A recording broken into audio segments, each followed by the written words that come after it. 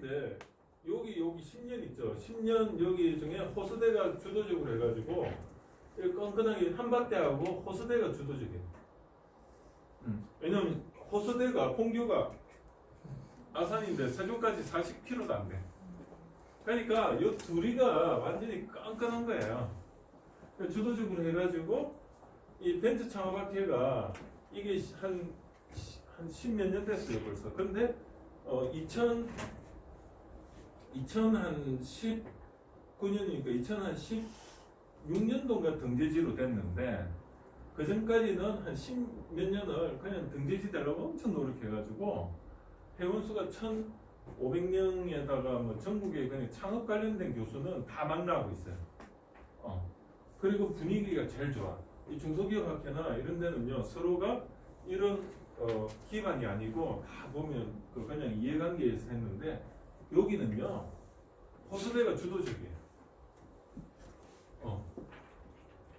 여기 호스대가 주도적으로 만든 학회인데도 불구하고 지금 이제 전국으로 돼가지고 이게 중앙대, 호스대, 그 다음에 여기 강남대, 그 다음에 가천대, 서울대, 그 다음에 여기 전부 주도적으로 서울대, 가천대, 그 다음에 또 뭐가 있죠? 그 세종대, 국민대, 뭐 이런 데가 전부 다 똘똘 뭉쳐가지고 중앙대, 똘똘 뭉쳐 해놓으니까 이게 분위기가 굉장히 좋아요. 그리고 가보면 알겠지만 소풍 가는 분위기. 그래서 제가 여러분들한테 이 벤처 창업학회를 꼭 말씀드린 게 제가 언제부터 가봤냐면 2011년도니까 이 시점에 2011년도에 그때 벤처 창업학회 하면서 갔더니 와 그러니까 논문 막 발표하고 질문하고 치열하게 토론도 하고 이거 보니까요 그게 진짜 학자 같더라고요. 근데 여러분은 그런 경험을 해보길 제가 원하는 거예요. 언제 가가 이런 데 가면요 여러분들 끼지도 못해요. 왜냐하면 여기는 뭐랄까 좀 정치적이에요. 그러다 보니까 분위기가 이렇게 조금 이런 분위기인데 여기는요 창업대학원생들이 많이 하니까 논문의 완성도가 좀 떨어져도 이런 거예요. 내가 2019년도 말에 졸업을 할 건데 논문 방향으로 1장부터 한 3장까지 뭐 이렇게 이런 아이디어 주제로 이렇게 했습니다. 그리고 앞으로 연구는 뭐 이렇게 하겠습니다. 이 정도까지만 발표해도 그럼 여기 이제 심사위원 교수님들이 그 적석에서 논문의 뭐 이론적 배경은 요런 걸 좀 더 가다듬고 이러면요 여기서 어드바이스를 받아요. 험이 안 돼. 그리고 이 창업이라는 게 주제다 보니까 창업은 어떻게 보면 프론티어다 보니까 조금은 뭐랄까요 굉장히 틀을 벗어난 시도도 많이 하고 그럼 논문을 저런 식으로도 발표하구나 이런 식으로도 논문을 우리가 하면 논문은 맨날 통계 분석으로만 끝날 수가 있잖아요. 그게 아니고 논문은 세 가지 타입이 있어요. 탐색적 연구가 있고 기술적으로 하는 게 있고 뭐 이런 식으로 이제 돼 있는데 제가 이런 어떤 분위기를 일단은 가서 보기 원하고 두 번째는 이 버스 타고 가잖아요. 재밌어요. 마음 맞는 사람끼리 버스 타고 하루 종일 있어봐요. 그래서 가면서 김밥 먹고 거기 도착해가지고 학회 보고 학회 여러 가지 있는데 세션 들어가서 보고 그럼 여러분들 이제 논문을 저렇게 발표하고 저렇게 하는 걸 좀 알고 그러고 이제 저녁 6시에 만찬을 하는 거기 가서 전체 이제 거기 대학원생들은 다 명함 많이 가져가서 하고 그때 얼굴 익혔던 사람들이 평생 가요. 그리고 그렇게 했던 사람들이 다 어디 교수가 돼 있고 다 그렇기 때문에 친하고 우리가 그때는 없을 때 만났으니까 서로 없을 때 만났으니까 이제 완전히 그냥 동병상련인 거야. 병아리 때 서로 만나가지고 어리버리할 때 만났는데 저 사람이 저렇게 컸구나. 그러니까 이제 여러분들도 그런 경험을 좀 해보세요. 그래서 근데 이제 벤처 창업학회 요거를 한데 교수님들하고 회의를 했어요 어제. 그래가지고 이런 이제 사례를 만들기 위해서 교수님 6분이 전부 만장일치로 해가지고 수업을 교수님 재량으로 해서 그날 가시는 어거리 하신 교수님들은 휴 보강을 실시하기로 했어요. 휴 보강. 그래서 그날 저 같은 경우도 그날 수업이 있으니까 저는 휴강이에요. 날. 그리고 여러분들 거기 가가지고 부담 없이 논문 다 하고 그 다음에 보강일을 정해가지고 그날 보강을 하는 걸로. 괜찮죠? 네, 그렇게 합니다. 네, 그렇게 해서 꼭 가시는 거 하나. 그 다음 두 번째는 MT 가는 거. 꼭 참석해야 돼요. MT하고 이게 4월 며칠이죠? 20일. 21일이죠. 여러분들 이럴 때 가가지고 서로 하면요. 굉장히 좋은 게, 우리 보면 누구죠? 데일 카네기 인간관계론 보면, 그 사람이 24세 때인가 뉴욕, 거기 대학을 나와가지고, 그때 경제공황 시절에 있어요. 1914년대인가 경제공황 시절에 취직이 안 되다 보니까 대학생이 졸업을 했는데, 뉴욕주에 이렇게 허드슨강 이런 여기 뉴욕 대학 있고 여기 할렘가 있고 센트럴파크 있어. 할렘가에서 뭔가 자기도 강의를 해야 되는데 강의하려고 들어갔더니 자기가 24살인데 그냥 옷도 안 맞는 양복 입고 이렇게 허접하게 이렇게 강의 누가 시켜주니까 그런데 웬걸 이 사람이 여기 가가지고 적석에서 아이디어를 낸 게 뭐냐면 이랬어요. 누가 하면 불러가지고 고민을 이야기하라고 했어요. 고민을 일어나고 하니까 나머지 사람들인 거예요. 그 고민에 대해서 누군가는 또 그 고민을 했거나 아니면 경험을 했던 사람들. 그러니까 이제 거기에 대해서 또 옆에 있는 사람이 나 그거 그렇게 옛날에 어리사고 당했는데 난 그렇게 해결했어. 그러니까 사회자가 된 거예요. 사회자가. 그래서 뭐냐면 집단지성이에요. 데일 카네기 인간관계론 그런 관계 이런 거 한 300만 원 주고 한 몇 달을 다녔잖아요. 교수한테 강의를 들은 게 없어. 돈이 아깝다고 생각되는데 도움 돼. 친구들한테 다 주워 들은 거야. 근데 수업을 하면서 뭐냐면 최고의 내공이 있는 사람은 상대방의 힘을 방향만 바꿔놔요. 이렇게 한 걸 또 저쪽으로 보내주고 이게 뭐냐면 퍼실리테이터거든요. 들어보셨어요? 퍼실리테이터. 퍼실리테이터는 일대 다수의 어떤 코칭이라고 보면 돼요. 이게 뭐냐, 집단지성을 이용한 다수에 대해서 코칭이나 멘토를 하는데 한 명이 다수의 지식을 다시 이쪽으로 자기는 그냥 통로 역할을 하는 거예요. 이 기법을 알면은 전략적 사고가 이 안에 다 들어가 있어요.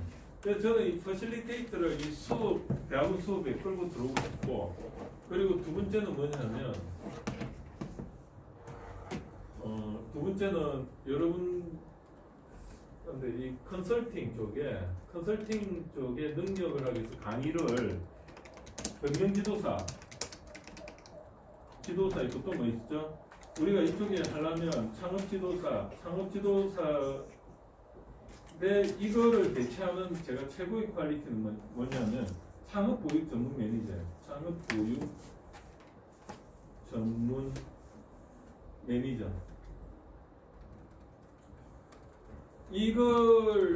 이거는요, 그러니까 그냥 여기 처음에 시작했는데 결론은 이거예요. 창업보육 전문 매니저, 이게 퀄리티가 있고, 그 다음에 기업기술가치평가사, 기업기술가치평가사 1, 2, 3. 근데 요거 두 개는 민간인데 물관리를 엄청나게 국가에서 인정을 해줘요.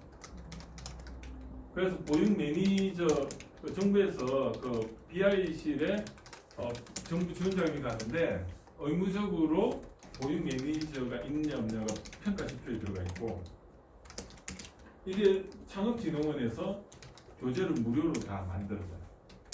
그러니까 정부반, 기업반 이렇게. 창업진흥원 아시죠? 창업진흥원이 어떤 데냐면 이게 중소기업청 산하로 이거 중소벤처기업부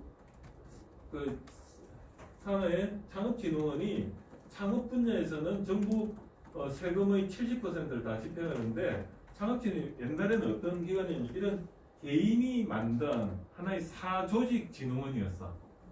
그게 이런 식으로 정부의 돈을 집행하는 어떤 창업보육 전문 매니저 협회 거기와 비슷한 성격을 가지다가 그냥 기관이 돼버린 거예요.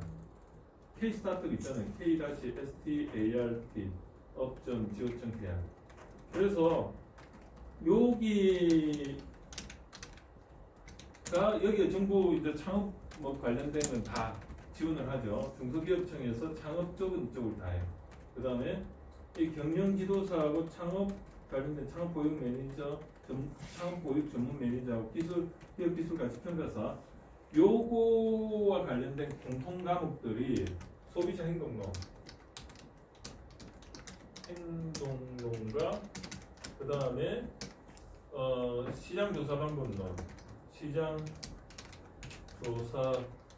방법론하고 그 다음에 마케팅 개로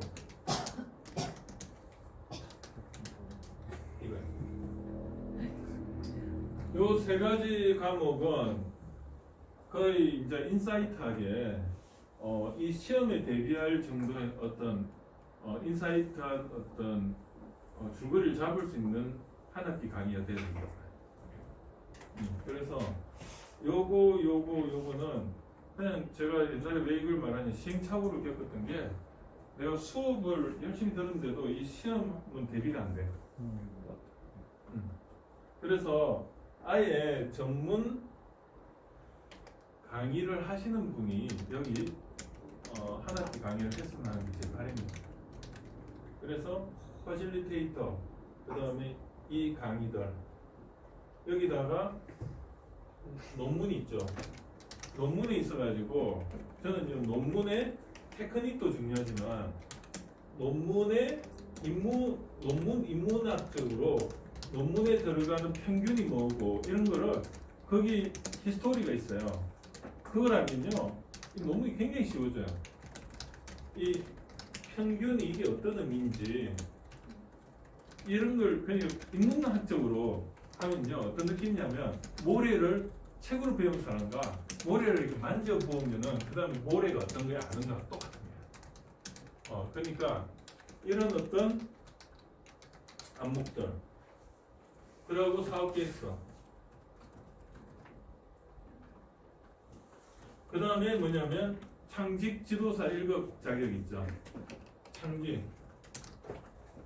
제가 얼마 전에 했는데 지도사 1급 이건요 왜 중요하냐면 여러분들이 어디 가나 강의를 하는데 그 카드보드 게임처럼 카드를 가지고 인성 검사도 하고 미래 직업도 플래닝도 하고 이런 어떤 테크닉이 여기 많이 들어가 있어요.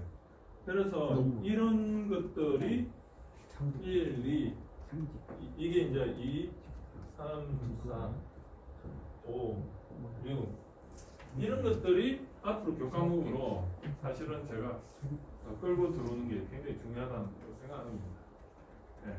그래서 여기서 따로 공부 안 해도 요거를 한 학기씩 공부하면 여기 한 80%는 대비가 되는. 괜찮잖아요. 그래서 그런 걸 좀 하고 싶다는 거고. 그래서 이제 NT를 이렇게 가신다는 말은 뭐냐면 거기 가서 이제 사회를 좀 잘해야 되겠죠. 그런데 고민을 이렇게 이야기하면 거기에 또 상대방이 또 이야기할 수 있는 분위기 만들어져서 서로 이렇게 하다 보면 굉장히 델 카네기의 관계로 인간관계. 그래서 이게 사실 퍼실리테이터 이 기법을 좀 여러분들이 배우길 바래요. 퍼실리테이터도 여기 여러분들 선배 전문가들이 몇 명 있어요. 공인 자격증을 가진 사람. 저는 못 가졌어요. 저만 못 가졌어요. 왜냐면 1,500자 그 사례를 내야 되는데 난 사례가 없었어요. 근데 새벽에 하시는 분들이 한 7분이 계신데 제가 무려 5년을 새벽에 7시에 매주 가가지고 했다는 거 아닙니까? 지금도 하고 있어요. 그분들. 김용호 회장님, 강기석 대표님 들어봤어요? 조연한 대표님, 청만연의 조연한. 네. 그런 분들이 있는데 그래서 여러분들이 그런 분들을 좀 접하게 되면 그 내용이 장난이 아닙니다. 그래서 제가 이 퍼실리테이터를 배우고 나서 어디 가서 이 기법을 딱 하면요 아나운서 했었냐 그래요. 왜냐하면 아무리 큰 무대가 있어도 이 분위기를, 그러니까 내 의견이 안 들어가면서 이렇게 쫙 해가지고 하는데, 그 기법이, 생각의 기법이 다 들어가 있고 전략적 선택 기법이 다 들어가 있고요. 생각을 확산시키고 수렴하고, 확산하고 수렴하고, 생각을 거기서 예를 들어가지고 소비자의 그 니즈에 대해서 알 것 같으면 그걸 경우수를 막 확산을 시켜요. 그리고 그 중에 우선순위가 뭔지를 또 수렴을 해가지고 가장 우선순위를 찾아내고, 그 트레이드 오프 방식으로 해요. 트레이드 오프가 뭐냐면 효율과 효과예요. 효율이 efficiency지 않습니까? 효율. 저번에 그 스왑 분석이나 다 똑같은 거예요. 결국은 4분면에서 이 경우의 수를 다 배치를 해봤더니 여기 있는 게 가장 선택이 되는 거고, 그게 가장 니즈가 높은 거고, 요거에 대해서 또 수단으로서, 메소드로서 하우죠. 또 경우의 수를 막 이렇게 확산을 시키는데, 그 확산시키는 게 트리즈 기법이에요. 물론 그 브레인스토밍 같은 것도 있지만, 그런 것보다는 이 트리즈로 하면 과학적으로 내가 생각할 수 있는 경우의 수는 다 만들어내요. 그 트리즈라는 것도 또 제가 여기에 끌고 들어오고 싶어요, 사실. 이 트리즈 기법.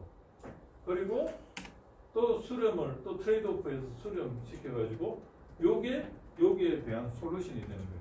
고객의 니즈에 대해서, 이걸 우리는 KPI라고 하고, 이걸 뭐냐면 Developing, 이걸 CSF라고 해요. Critical Success Factor라고 해요.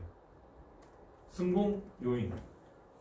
그런데 이거하고 또 매칭을 시켜야 되는데, 그 매칭이 되는 게 여러 가지 그 KPI가 있으면은 이걸 조정을 했더니 이거는 만족시키는데 이거는 또 상태가 나빠지는 경우가 있어요. 그걸 또 상쇄하는 기법들이 있어요. 그걸 액시오매틱 기법이라고 하는데, 그 인디펜던트 프린시플 뭐 이런 게 있어요. 그게 제 전공인데, 이런 생각의 어떤 프레임이 머릿속에 들어가 있으면 컨설팅은 굉장히 쉬워져요. 왜냐하면 딱 보고 처음에 가서 컨설팅 할 때 상대방이 뭘 원하는지 알아야 되잖아요. 퍼실리테이터 기법으로 거기 직원들 한 5명 앉혀놓고 현상에 대해서 말해봐라. 그리고 포스트잇 줘가지고 해가지고 다다다다다 붙여요. 그 다음에 그 붙인 거를 어떻게 해요? 묶어야죠. 솔팅을 해. 솔팅을 하고, 솔팅을 했더니 그 안에서도 상위 개념이 있고 하위 개념이 있죠. 그걸 우리는 레이어링이라 해요.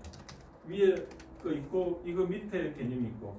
그렇게 하면 어떻게 되냐면 예를 들어 다다다다다 이렇게 됐어. 이제 됐어. 그 안에서도 이제 수정을 또 했더니 위에 있고 그 다음에 밑에 여기 있고, 여기 하나 있어야 되는데 없고 이렇게 돼. 없고 이렇게 돼. 그럼 이것도 했더니 이거는 이거 있고 요거 있고, 이 프레임이 생긴 거예요. 이런 프레임이 생긴 거예요. 프레임이 조정을 해봤더니 이런 솔팅이 되고, 이 안에 뭔가 정렬의 순서가 나오는데 이걸 프레임이 이제 인사이트하게 보이면서 여기 뭐가 하나 빠졌다는 게 생각이 나는 거예요. 그리고 여기서도 프레임이 보니까 여기 하나 빠졌네. 또 여기도 요렇게가 여기 빠졌네. 그러면 어떻게 돼요? 여기 채워넣으면 되죠. 여기 채워넣고 여기 채워넣으면 다 채워지는 거예요.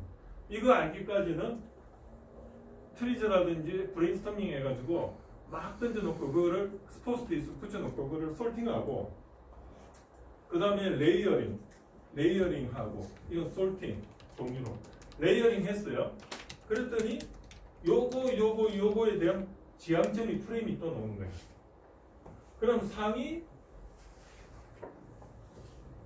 이게 주제가 되는 거예요. 처음부터 주제가 나오는 게 아니고, 문제가 있으면 다 한번 마음대로 던져가지고 다 그냥 받아가지고 이제 탁 붙이고, 그거를 내가 전문가가 아니니까 솔팅이 안 될 수가 있어, 그 분야. 그럼 직원들 나오라 해가지고 이거 한번 솔팅해봐라. 솔팅하고 거기서 상위 개념하고 하위 개념을 또 솔팅해라. 레이어하라. 그럼 레이어했어. 그럼 이제 뭐 한 3단계 레이어가 나올 수도 있고 2단계 나오잖아. 그러면 그 사이사이에 빠진 거를 적어 넣으면은 꽉 차잖아요. 꽉 차고 꽉.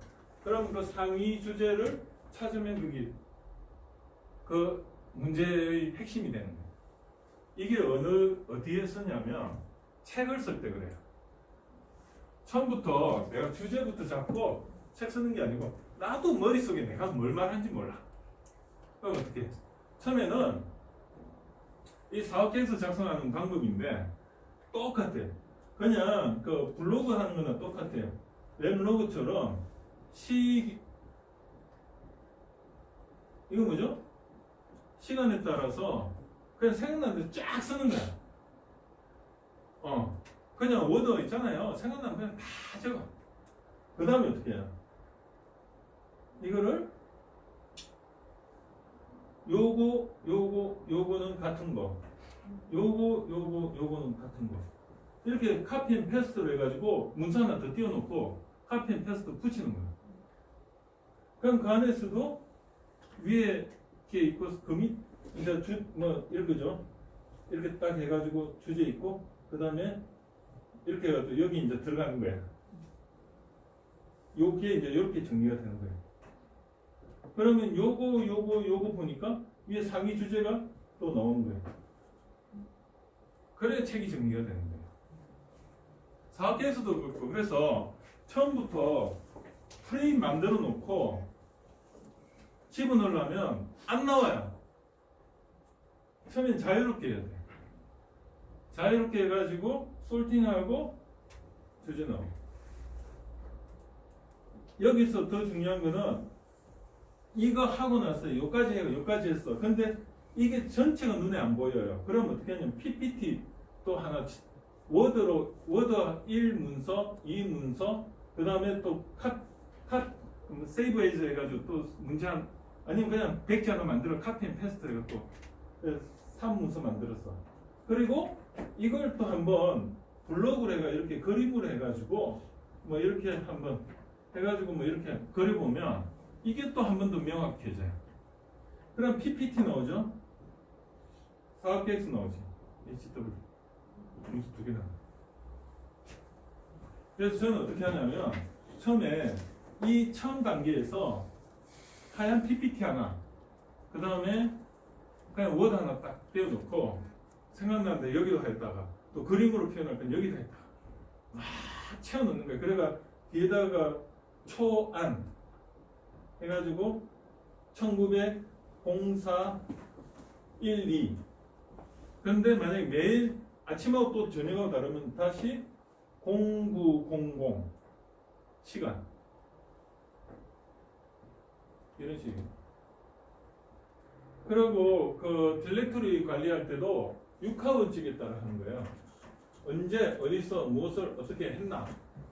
그래서 언제 이것도 2019년 할 때 이군까지 넣을 필요 없고 1904 12 언제 어디서 그리고 여기 언제 이렇게 하고 언더바 딱 하고 이게 컴퓨터 용어예요. 언더바를 치면은 컴퓨터가 이해를 빨리 해요. 언더바하고 언제 어디서가 뭐죠? 프로젝트 주제잖아요. 호서대 그 다음에 언더바 무엇을 창업대학원 MT 뭐 이런 식으로 그러고 언제 어디서 무엇을 누가 박남규가 언더바이가 박남규가 그 다음에 이제 여기 버전 관리할 때 시간 적어도 되고 그러면 이걸 카피 딜렉토리를 이렇게 해가지고 딜렉토리 밑에 사진 여기 딜렉토리 있죠. 딜렉토리 이게 있는데 그 상위 딜렉토리 어떻게 관리하냐면 저는 1- 호스대 2- 프로젝트 뭐 A 3- 프로젝트 B 이러면 이 딜렉토리 들어가면 이제 여기 어떻게 되냐면 1점 해가지고 이렇게 짜게요. 그럼 1이라는 건 호스대를 말하는 거예요. 이런 식으로 어떤 논리적인 체계를 가지고 있어야지 모든 게 관리가 되고 그리고 여기서 딜렉토리를 해가지고 사람기술 자본 마케팅 해가지고 회사를 창업을 할 수 있어요. 딜렉토리 창업을 어떻게 하냐면 여기서 딜렉토리를 아예 사람 기술 자본 마케팅 해가지고요 이렇게 딜렉토리 만들어. 근데 이게 순서가 뒤집박죽되니까 1, 2, 3, 4 그래가지고 사람 인사잖아요, 그죠? 인사 디렉토리 들어가면 그 안에 또 세 개 잡아가지고 1-1, 1-2 해가지고 또 짜자자자 이런 체계가 있어야지 여러분이 경쟁력이 있는 거예요. 오늘 뭐 이게 린 스타트업이에요. 다른 거 없어요. 생각의 어떤 제조업이 돼야지. 그래서 여러분들이 오늘 제가 강의는 뭐냐면 여러분들이 창업을 한다는 거는 결국은 컨설턴트가 되는 거랑 똑같은 거예요. 뭐냐면 이런 것들이 머릿속에 프레임이 딱 들어와 있으면 문서는 하나의 표현이기 때문에 괜히 문서 하나 잘 만들었다 해가 이게 내 실력이 되는 게 아니고 문서 아무리 잘 만들어봐요. 내가 그걸 파악을 못하는데. 그런데 자신감 있게 컨설팅을 하고 뭘 하면 내 머릿속에 어떤 현상을 분해해낼 수 있는 솔루션, 어빌리티가 있어야 돼요. 그게 기업가 정신이에요. 기업가 정신은 다른 게 아니고요. 저는 그 기가 어떤 기업이냐면 기업할 때 그냥 그 회사 할 때 그 기업이 아니고 일으킬 기자예요. 업을 일으키는 거예요. 창업이나 기업이나 같은 말이에요. 창업은 만들어내는 거고 기는 일으킬 기자예요. 뭐냐면 없는 걸 만들어내고 거기에 정신은 뭐냐면 우리가 생각할 때 그냥 정신 상태 할 때 뭐 멘탈 이런 뜻이 아니고요. 어빌리티예요. 생각의 프레임이에요. 그 프레임 그 책 보여드렸지만 세상을 내가 마음의 그 렌즈가 풀으면 세상이 항상 블루하게 보입니다. 내 렌즈를 잘 닦아야 돼. 그래야지 되는데 그 렌즈가 어빌리티이고 그게 정신이고 그게 이런 프레임들이. 그래서 이런 프레임들이 여러분 머릿속에 각인이 돼 있으면 세상을 사는데 굉장히 자신감이 있는 겁니다. 여러분들이 눈에 보이는 몸은 처음에 근육이 없던 사람도 계속 하다 보면 근육이 조금 생길 때 아픈 거지 조금 생기고 나면 그다음부터는 힘이 받아가지고 계속 그것만 하고 싶어요. 운동만. 왜? 제가 제일 재밌어 하니까 눈에 보이고 막 생기게. 그런데 생각도 마찬가지예요. 생각도 이 딱딱한 안에는 볼 수 없다는 게 그게 제일 핸디캡이에요. 그런데 겉은 멀쩡한데 속이 그러니까 머리가 프레임이 그러니까 생각의 근육이 다 다르니까 측정이 안 되는 거야. 그런데 그 생각의 이런 프레임들을 머릿속에 자꾸 이렇게 근육을 만들면요 오히려 20, 30대보다 지금이 더 명료해져요. 왜 그러냐면 사람은요 나이가 들면 내가 쪼그라들잖아요. 5%가 쪼그라들어요. 근데 그 쪼그라드는 게 그게 나쁜 게 아니에요. 왜 그러냐면 생각의 기억력은 좀 떨어질지 모르지만 그 쪼그라들면 어때요? 물리적으로 가까워지죠. 통습이 생깁니다. 인사이트가. 그렇기 때문에 그게 나쁘다고 볼 수 없고 그래서 저는 이제 요런 어떤 것들이 머릿속에 정립이 쫙 되면 어디서 어떤 칼이 들어와도 전부 다 대응이 되는 겁니다. 그래서 뭐 무협지나 이런 데 보면 뒤에서 찔러도 그냥 어떻게 뭐 이렇게 해가지고 다 자세 나오잖아. 뭐가 완전히 뭐 보호막이 있어요. 그거에 나는 손흥민 같은 경우를 보면 그 프레임이 머릿속에 몸으로 익힌 거지. 뭐냐면 뒤에서 날아오는 공을 트래핑을 어떻게 해가지고 할 건가를 얼마나 연습을 많이 했겠어요. 막 뛰어가면서 뒤에서 공이 오는 걸 그대로 바다가 차 넣는 게 그게 머릿속에 있는 게 몸으로 벌써 익혀놨기 때문에 그 순간에 그게 나오는 거지. 생각하고 하면요 이 뇌에서 척추를 통해서 손발에 액션을 하면 이게 0.1초인데 리액션 0.01초가 필요하니까 생각하고 하면 벌써 넣는 거야. 골프도 마찬가지잖아요. 골프를 평소에 계속 생각해가지고 그 자세를 만들어주지만 정작 칠 때는 생각을 하면 안 돼. 생각을 하면 생각이 노이즈가 돼서 자세를 흐트러지거든. 그때는 그냥 치는 대로 그냥 몸으로 느낌으로 쳐야 되고 평소에 연습할 때는 느낌으로 하면 자세가 안 나오잖아요. 그러니까 생각해가 한 번이라도 정확하게 치려고 노력하고 근데 정작 필드에 가서 생각을 하면 생각의 노이즈 때문에 그 생각의 그 인터벌 때문에 몸하고 생각 다르게 가니까 생각이 더 늦게 가니까 이게 이상한 자세예요. 우리나라 선수들이 문제가 뭐냐면 평소엔 잘하다가 실전에서 맨날 똥골을 치고 왜 그러냐면 그 원리를 알고 해야 되는데 원리를 설명을 안 하고 무조건 하라니까. 오히려 운동선수들이요 더 원리를 물리적으로 잘 알아야만이 솔루션이 나오는 거예요. 여기 피아노 치는 아시죠? 피아노와 나의 관계에서 물리적으로 어떤 자세를 취했을 때 가장 피아노하고 교감을 잘 할 수 있을까? 저는요 예를 들어 볼게요. 제가 이제 사물놀이를 옛날에 했는데 그때는 몰랐는데 그게 다 통습이 되더라고요. 뭐냐면 제가 김덕수 사물놀이 거기 가서 일주일씩 부여에 한 소리 거기 가가지고 제가 이걸 했었어요. 한번 칠 때 5번 다락 이게 됐어요. 한때는 그쪽으로 갈 뻔했어. 그런데 이게 왜 중요하냐면 그냥 손으로 치면요 절대 이게 안 돼요. 스냅이 안 나와. 어디서 하겠어요? 어디서 이게 에너지가 나오겠어요? 배에서 나와. 배에서 파동이에요, 파동. 이게 딱 하잖아요. 웨이브. 웨이브. 이거 있죠, 이거. 약간 표 안 나게 이렇게. 이거예요. 그러니까 고수는요, 힘 안 들이고 그냥 탁 치면은 대단한 파워가 나요. 근데 이 웨이브가 왜 좋냐면 척추의 척추강을 최적을 바꿔주니까 순환이 일어나니까 내 척수의 순환이 빠르니까 내 건강에 좋아요. 복식호흡이 그런 거예요. 복식호흡이 그냥 배로 하라는 게 아니고 이거예요. 근데 이게 왜 중요하냐면 이게 어디까지 가냐면 그 태극권 가고 소림사까지 가요. 국순도가 소림사에서 왔는데 이게 이제 소승불교로 해가지고 와가지고 경주에서 자리를 잡았거든요. 그게 이제 뭐냐면 결국은 스님들이 몸을 단련을 함으로 정신을 맑게 하는데 그게 다 맞는 거예요. 왜냐하면 이게 척추 쪽에 어떤 척수관을 통해서 내 척수액이 활발하다 보면 영양분이 많이 내려가니까 정신이 맑아요. 그러니까 이제 잠을 줄이고 해도 굉장히 고순도의 잠을 자고. 그래서 여러분들도 모든 원리는 다 통하는 거예요. 그래서 제가 이제 이걸 말씀드린 건 아까 그 오기 전에 컨설팅 잘할 수 있는 방법 알려줬어요. 그러니까 이걸 5분 만에 말하면서 내가 강의 준비하려니까 너무 힘든 거예요.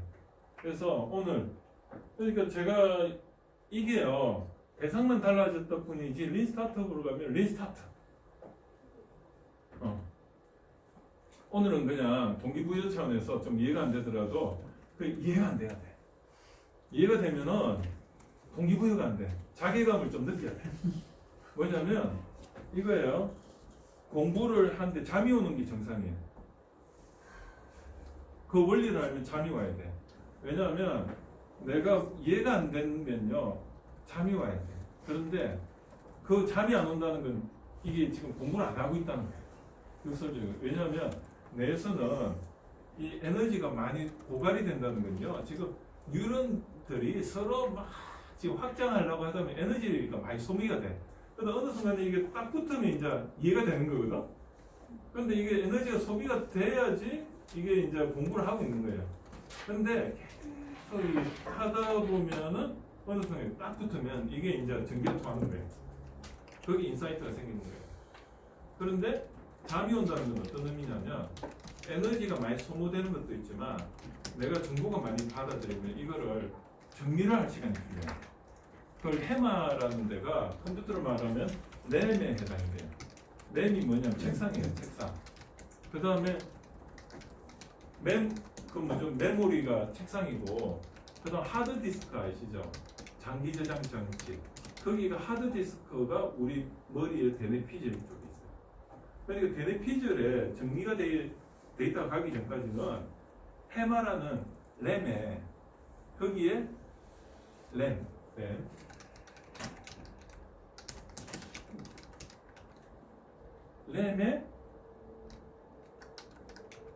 저장이 되는 거예요. 휘발성으로. 책상에 우리가 일하자 이러면 어떻게 해요? 책장에 있는 안에 있는 거를 다 파일을 올려놓고, 예를 들어가지고 워드 파일 올려놓고, 그 다음에 음악 파일 올려놓고 그러잖아. 앱을 올려놓잖아. 어플리케이션. 그러면서 여기 하다가 컴퓨터 띵 날아가면 데이터 다 날아가지. 이게 램이에요. 그게 4기가, 8기가. 그리고 요 안에 이건 뭐죠? 500기가, 1테라 뭐 이러잖아. 128기가 컴퓨터, SSD 그게 그거고. 그러니까 우리 몸에서 이 뇌의 중간에 해마라는 데가 있어요.